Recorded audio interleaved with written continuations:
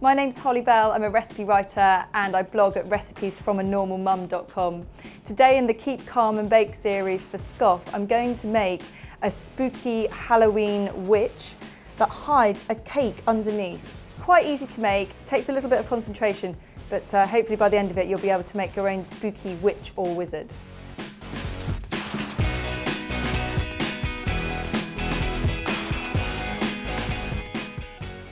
So you need a cupcake to start with. I have got here, these are spiced apple cupcakes because, well, it's Halloween and that's a perfect flavour for this time of year.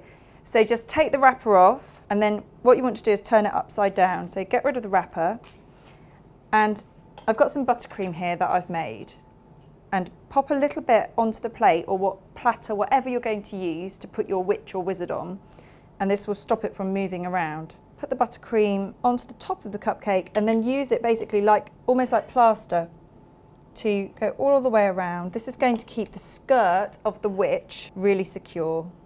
Once you've got that done, put it to the side, and now we're going to start working on the fondant. So there's a few things to remember about fondant. One is that when it's really hot, it gets quite sticky. So if you've got a really hot kitchen or it happens to be a hot day and you're making these in the summer for a party or something, then pop it into the fridge before you start and you'll find it much easier.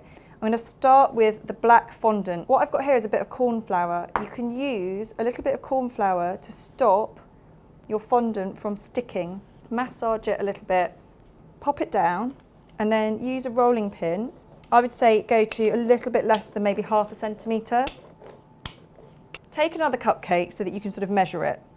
And think of this as it's got to drape over the top and it's got to go all the way to the end. So I'm going to use my knife here to cut a circle like that, okay?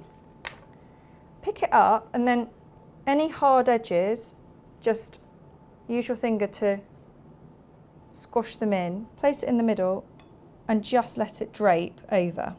Press it down, don't press it too much, and then leave that to dry there. So now what I'm going to do is make the body of the witch. Again, I'm going to do in black. I think that's about right. Now to stick fondant onto fondant, if you're keeping this for a long time, then you need to use like a clear alcohol like vodka or gin because it's sterile. If you're going to eat these within a day or so, which if it's a cupcake you probably are, you can just use water. So I've just got a clean paintbrush here, and then I'm going to pop body on there, again leaving that to dry, and then I'm going to make a cloak which I'm going to use later. I'm just going to cut this round and then hold it up again just to make sure you're happy with the size of it for when it goes on. I'm happy with that, but I'm going to leave that just there for a second. And then with the remainder of this, I want to make a hat. You just roll a ball, squash it down, and then use your fingers to bring it up to a point. So it's like a cone, and then press around the outside to give a sort of brim to the hat. Model that so that maybe the hat kind of points over to the side. And again, I'm just going to leave that just here for a second. Now, the next thing to do, I'm going to use green fondant, which I think will make a fantastic colour for a witch's skin. So I'm just going to break some of the fondant off, and this is to make the head. Again, hold it up to make sure you're happy with the size. Now this is the really fun bit because you can make your witch as ugly as you want, okay? So start off by sort of pinching a nose out of the centre bit here, and then I'm going to make a sort of hooked nose, and I also want to make a hooked chin and make her as ugly as possible. I'm going to take my toothpick here, I'm going to add 2 eyes, and then my mouth. I'm going to make her a reasonably happy witch there.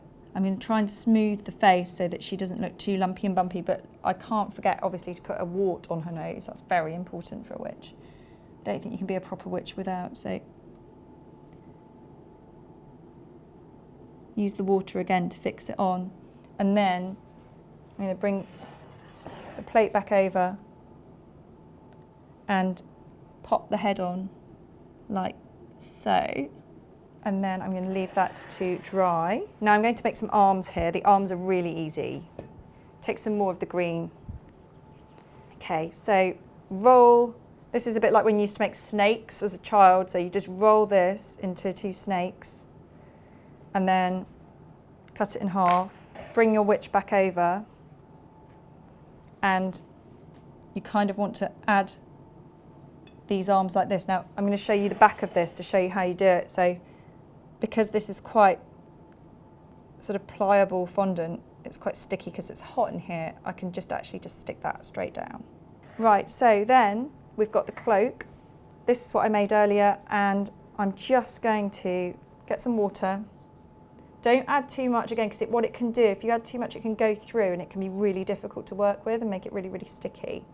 So I've just added a little bit there, and then I'm just going to, this is to hide the join, okay? Okay, and now we're going to make some hair. So I thought we'd have some bright, bright orange. And again, we're just massaging it to make sure that there aren't any cracks in it. Use the rolling pin. What I'm doing here is cutting some hair. So just these strips. And again, I'm picking them up each time because you don't want to work them into the work surface too much because they'll stick. So now we're going to give the witch a hairdo. So I'm going to paint her bald head with some water. One of the easiest ways I've found to do this is almost think of it as having the centerpiece as the parting and then press in at the center. So what I tend to do is cut each one of these in half and then use the cut end because it looks a bit sort of more witchy, having really spiky ends to her hair. Okay, so she's got lots of hair there, but it looks a bit of a mess on the top. So don't forget we made this little hat earlier. So the hat, what I'm going to do here is again take this little tiny bit of water, pop that on the top, and then you need to sort of press it down and model it. And then if you want to, you can make, you see this little buckle here, you can easily make this buckle just using, again, different colour, or you could use the same colour, whatever you have in the cupboard. So you can use whatever colour you want to make the buckle. You don't have to add one. But I'd love to see what you make. I think it's so much fun making these. Please send in the photos so we can have a look at them. And all I'm doing here is I've just cut out just a section. Now the buckle bit is quite difficult to do, so you could just leave it there. But if you do want to do it, I'll just show you quickly how to do it. So you need to cut a square, and then you need to sort of cut a square out of the centre. And this is quite fiddly, especially if your fondant's quite sticky like this stuff is. Cut it out, and then I find the toothpicks quite useful for sort of putting the edges back together if they've sort of stuck up a bit. A little bit of water on here. And there we go. There we have our witch. So a little bit fiddly, but great fun. You can make a witch, a wizard. You can even make princesses if you wanted to, if you were of that inclination. Please send in your photos. If you want to subscribe, please do. And you can also find other recipes like this and other ideas on my blog, which is Recipes from a Normal Mum. I'll see you again soon.